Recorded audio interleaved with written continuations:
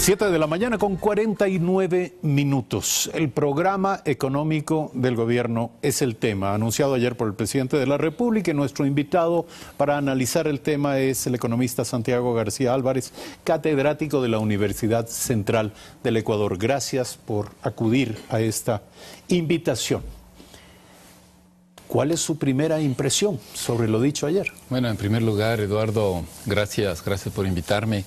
Creo que es importantísimo debatir con la opinión pública, dar a conocer algo que nos preocupa a todos los ecuatorianos, el tema de la gestión económica. Yo creo que marca un primer momento, era importante, indispensable, inevitable, la posibilidad de establecer las grandes líneas maestras de la gestión económica de este gobierno.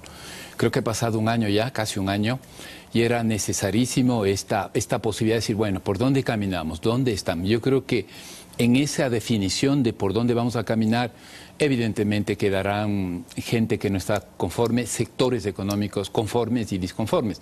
Precisamente ahí creo que es parte de ese debate. La pregunta central ya ha definido esta cancha, esta definición de lo que es, por dónde vamos a transitar, por dónde vamos a caminar en gestión económica. Yo destaco tres grandes temas que el propio anuncio del presidente lo decía. Uno, enfrentar el tema fiscal. Y ahí estamos debatiendo con algunos colegas.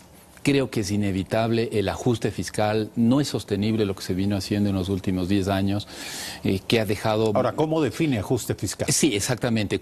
Y voy a referirme a eso. Luego es el tema del sector externo. Es una economía dolarizada. Yo siempre lo digo para explicar a la gente. Esto no es Chile, no es Colombia. Lo sentimos o somos beneficiados de un esquema monetario desde el 2000 que está vigente. Eso nos hace distintos y hay que pensarlo al país así, en clave ecuatoriana dolarizada. Y el tercer gran elemento, me parece que finalmente a la gente lo que se preocupan es, bueno, y la reactivación económica entendida como posibilidad de acceder a un empleo, de que si un pequeño empresario puede vender, que si un pequeño industrial puede producir. Eso son los grandes tres elementos que marcan la gestión económica de aquí en adelante. Entonces, quizás, Eduardo, vamos desagregando uno por uno. Comenzamos por lo primero. Por lo primero. Lo que llama ajuste fiscal. El ajuste fiscal, yo en eso veo, creo que desde una óptica bastante favorable, en el sentido de que hay una visión integral del tema fiscal. Yo creo que en el debate económico de los últimos meses siempre ha sido, bueno, ¿y cómo vamos a reducir el gasto público y cómo no me vas a cobrar impuestos? Yo creo que ahí destaco varios puntos. En el lado de ingresos hay una remisión tributaria, no revisión, remisión tributaria, que significa simplemente entrar en una negociación entre el fisco y el contribuyente, en donde no se le dice no pagues, lo que se le dice es paga, pero bajo estos acuerdos. Entonces hay unos plazos para las pequeñas y medianas empresas. Estímulos. Con estímulos, que en este caso es perdonarte los intereses, las multas. No me pagues eso, pero tú me debes tanto dinero, eres una pequeña empresa, paga. Y me olvido. Ahora, ¿qué tan de las innovador multas? es el concepto de la amnistía tributaria en el Yo país? he hecho una investigación en la noche ayer rápidamente para recordarle al público ecuatoriano que no es la primera remisión tributaria. Correcto. Ya ha habido una en el 2008, hubo una en el 2008, otra en el 2015 y una reciente, Eduardo, que ya nos hemos olvidado, está a la vuelta de la esquina, que fue la remisión tributaria para las empresas de Manabí y Esmeraldas en el contexto del terremoto. Entonces, yo lo que veo ahí, me quedo con el lado positivo, es cobrar.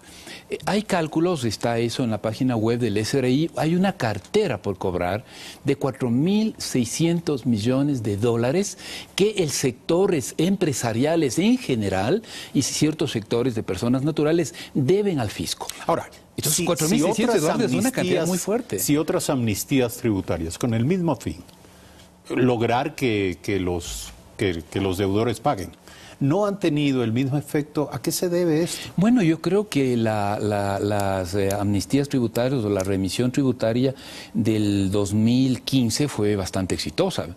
No recuerdo, me corrijo, ahí puedo decir una cifra, pero superaba los 1.000 millones, me parece. Habría que mirar, no tengo este momento el dato, pero fue bastante exitosa. 1.000 millones para hacerle entender a la gente. No se puede generalizar acerca del... Sí, no se puede generalizar, pero fracaso no. Claro. Hay mucha gente que dice, mira, ten cuidado en este tipo de políticas, porque lo que hace es perdonar a la gente y no crear la cultura de pago. Yo tengo una visión contraria. creo que al final del día, si logramos cobrar, esa es la mejor cultura de cobro y de pago de impuestos. Porque lamentablemente en el país, el deporte nacional, de sectores sobre todo poderosos, no pagar impuestos. Entonces me parece que en ese lado, como yo decía, volviendo a este primer segmento, no del pagar ajuste, y pregonar la necesidad de una amnistía. De una amnistía o simplemente quejarse de que hay que eliminar impuestos, no se cobren impuestos, en fin. Correcto. Yo creo que en ese punto, decía, un tema importante en el ajuste fiscal, que mire ingresos, gastos y financiamiento. El lado de los ingresos no termina con la amnistía. Se supondría que esa medida va a generar aproximadamente... la remisión tributaria va a generar aproximadamente 1.600 millones de dólares, que es bastante dinero si se logra recaudar. ¿En qué periodo? Sería en el periodo 2018 y luego se está hablando de que se recaudaría más o menos 1.300 millones en el 19 hasta el 21. Entonces, 1.600 millones de recaudación de una cartera por cobrar. Es como un empresario dice, a ver, yo tengo 5.000 millones por cobrar. ¿Qué hago? Bueno, doy facilidades a mi cliente, cobro. Entonces me parece una medida, no es la última, hay más medidas en tema de los ingresos. millones es de un más lado. Sí, es una parte que al 30%. Sí, y creo que eso va a contribuir a lo que estamos diciendo en primer momento, a la necesidad y contribuirá de un ajuste, también a cerrar la brecha del déficit. Cerrar el déficit fiscal, que es uno de los, creo que hemos debatido muchísimo en el país, esa necesidad impostergable de hacer un ajuste fiscal. Yo lo veo, eso también hay que mencionarlo, gradual. Me parece que sería descabellado, duro, políticamente no viable, un ajuste duro, fuerte, ¿sí? Tampoco, yo creo, hago mención a la economía europea. Ellos intentaron hacer muchos de los planteamientos del Fondo Monetario Internacional, por ejemplo, es déficit cero. Pero por favor, detrás del déficit hay gente, hay derechos sociales, o sea, creo que es inevitable. Creo que ya hemos debatido muchísimo por qué hemos llegado hasta acá. Eso es políticamente correcto, ese debate, hay que debatirle, pero hay que hacerlo. ¿El éxito de este ajuste tributario de qué depende? Depende, yo diría, de dos cosas. Uno, del fortalecimiento, sostenimiento de la capacidad institucional de recaudación del Estado. Y ahí creo que vamos bastante bien. Yo respeto muchísimo, tengo amigos, pero no es el punto ese, en el SRI. Y eso es una entidad que ha mejorado mucho sus controles, la capacidad de la gente. Y ojo, no es, por si acaso, el SRI fuerte como lo vemos, obra del anterior gobierno. No, esto viene de los años 90. En efecto. Es una de las instituciones más potentes que ha tenido un manejo considerablemente estable. Porque ha llegado gente, incluso nosotros decimos, los profesionales que estamos en el medio, los sueldos y salarios de sus funcionarios, incluso entiendo, son más altos que del resto del sector público, lo cual está bien. Entonces me parece, ese es un punto. El otro punto es, creo que esperaríamos una respuesta positiva del sector empresarial en el sentido de que esto pone, ¿no es cierto?, unas reglas de juego para lo que significa el pago de impuestos.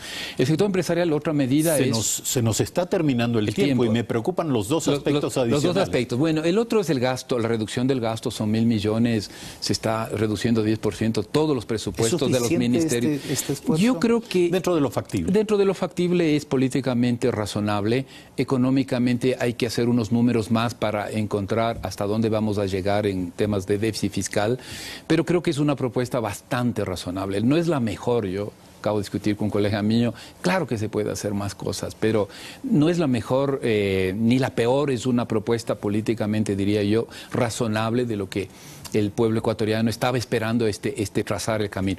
El segundo tema tiene que ver con el tema del sector externo, y ahí hay un juego bastante interesante. Yo destaco dos.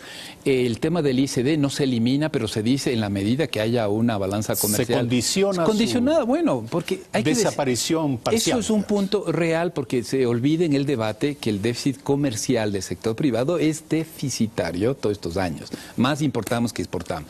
Entonces, todo eso es salida de divisas, me parece muy razonable la propuesta.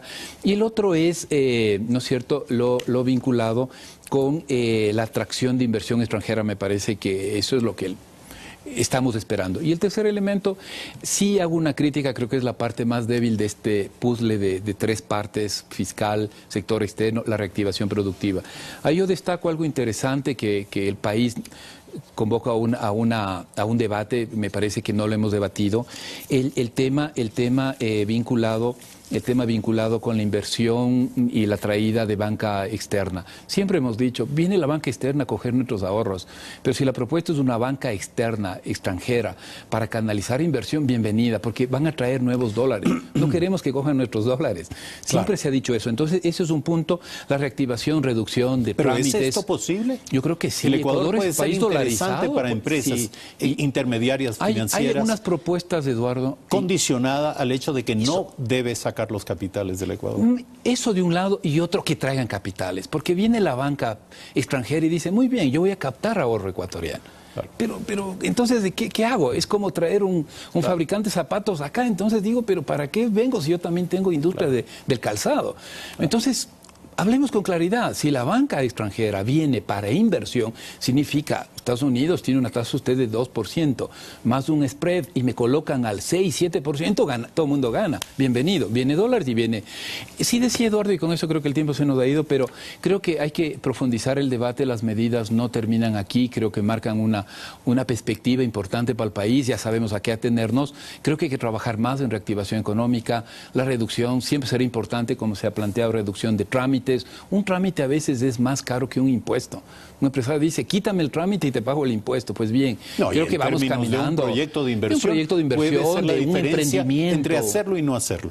Lo otro, creo que hay que trabajar más en crédito de la banca pública, la banca privada. Creo que la banca pública está en deuda con el país, tiene que trabajar más, tiene que atender al que lo necesita, no a los grandes conglomerados empresariales. La banca pública nació para ser equitativa, para dar opción al pequeño, mediano, al campesino, al pequeño productor agrícola. Creo que hay que trabajar mucho, algo se ha hecho en este año, pero creo que ahí necesitamos encaminar más trabajo con decisión política.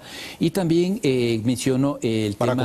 Para concluir, creo que está pendiente un buen plan, o mejor dicho, una concreción de medidas, como acabo de mencionar, en esta parte de la reactivación productiva. Pero en fin, yo me quedo con el lado positivo. Creo que se marca la cancha de la gestión económica, era hora ya. Creo que nos convoca a todos los ecuatorianos a ser corresponsables. Aquí no es solo el gobierno, no, es sector empresarial, somos las personas naturales, somos los profesionales, somos los consumidores. En fin, es un juego que nos han puesto ya a todos los ecuatorianos, creo que en buen camino, que creo que al final del día los ecuatorianos esperan. Gracias a nuestro invitado Santiago García, una visión contribuyente desde lo técnico y académico, y evidentemente el tema seguirá abierto. 8 de la mañana y 1 minuto. Gracias por estar aquí, Santiago. Y permítanos recomendarles hoy la lectura de Diario El Telégrafo, que nos trae, por supuesto, abundante información acerca del plan económico, y se dice, el plan económico reactivará la inversión privada y el empleo. Adicionalmente, Diario El Telégrafo nos habla este día de las 1.664 planteles privados y fiscomisionales que regularizarán la pensión de acuerdo a las normas que rigen en este momento por parte del Ministerio de Educación. Y el plantón exigió la liberación de los periodistas. Familiares y colegas se concentraron en la Plaza Grande, y esta jornada habrá otras demostraciones de respaldo, de apoyo a los colegas periodistas de Diario El Comercio, que se encuentran retenidos, secuestrados en la frontera norte. Gracias, amigos, por habernos seguido hasta esta hora. Mañana, a partir de las 6:55 de la mañana, nuevamente en otra Primera Impresión.